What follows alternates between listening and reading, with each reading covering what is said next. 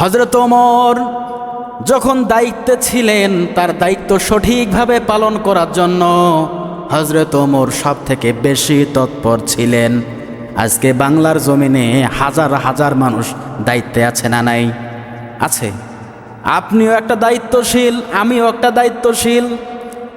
আপনি একটা পরিবারের দায়িত্ব নিয়ে আছেন, একটা ব্যবসা প্রতিষ্ঠানের দায়িত্ব নিয়ে আছেন, অথবা সমাজের দায়িত্ব নিয়ে আছেন, অথবা রাষ্ট্রের দায়িত্ব নিয়ে আছেন। কিন্তু একটা দায়িত্ব নিয়ে আপনি আছেন কি না? সবাই দায়িত্বশীল, যার যার জায়গা থেকে সে দায়িত্বশীল। আপনি দাদা, আপনার দাদা হচ্ছেন, কিন্তু আপনার নাতি নাতনিরা আছে না নাই? ছেলে মেয়ে আছে না নাই? হয়তো আপনি ইনকাম করেন না, কিন্তু আপনার জায়গা থেকে একটু হলেও আপনার দায়িত্ব আছে। আপনার দায়িত্ব আপনাকে পালন করতে হবে। এ কথা কার?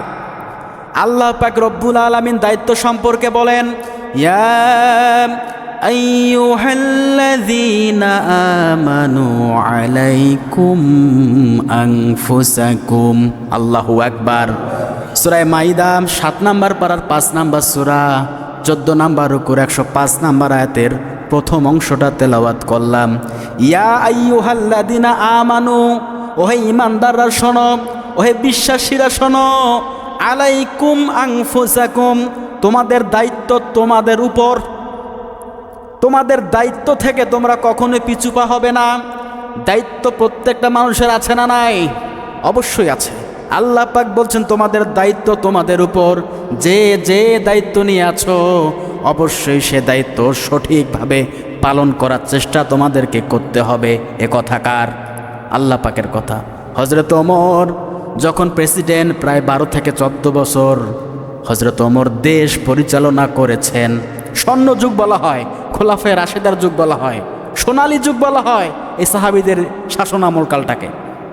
যে এরকম শাসন আর কেউ করতে পারবে না। এখন তো আধুনিক যুগ, তথ্য প্রযুক্তির যুগ। তারপরেও সারাটা জীবন কিয়ামত পর্যন্ত হযরত ওমর, আবু বকর, ওসমান, হযরত আলী রাদিয়াল্লাহু তাআলা আনহু, এনাদের মতো সাহাবী প্রত্যেকটা মানুষের জন্য আদর্শ, এবং তারাই হচ্ছে মডেল। তাদেরকে দেখে দেখেই আমাদেরকে শিক্ষা নিতে হবে। কথা বলেন ঠিক কিনা? হযরত ওমর যখন খলিফা, রাষ্ট্র তিনি পরিচালনা করেন। রাষ্ট্র পরিচালনা যখন তিনি করেন, তখন তিনি একটা দায়িত্ব নিয়ে আছেন। তার দায়িত্ব তাকে সব সময়ের জন্য চিন্তিত করত, আমি কি আসলে আমার দায়িত্ব পালন করতে পারছি কিনা। আরেক দিনের ঘটনা, হযরত ওমর রাদিয়াল্লাহু তাআলা আনহু রাতের বেলা বেশি সময় ঘুমাতেন না। প্রয়োজন শেষ করে, ঘুমটুকু শেষ করে হযরত ওমর সব সময়ের জন্য তালাশ করতেন, রাজ্যের মানুষের খোঁজ খবর তিনি নিতেন।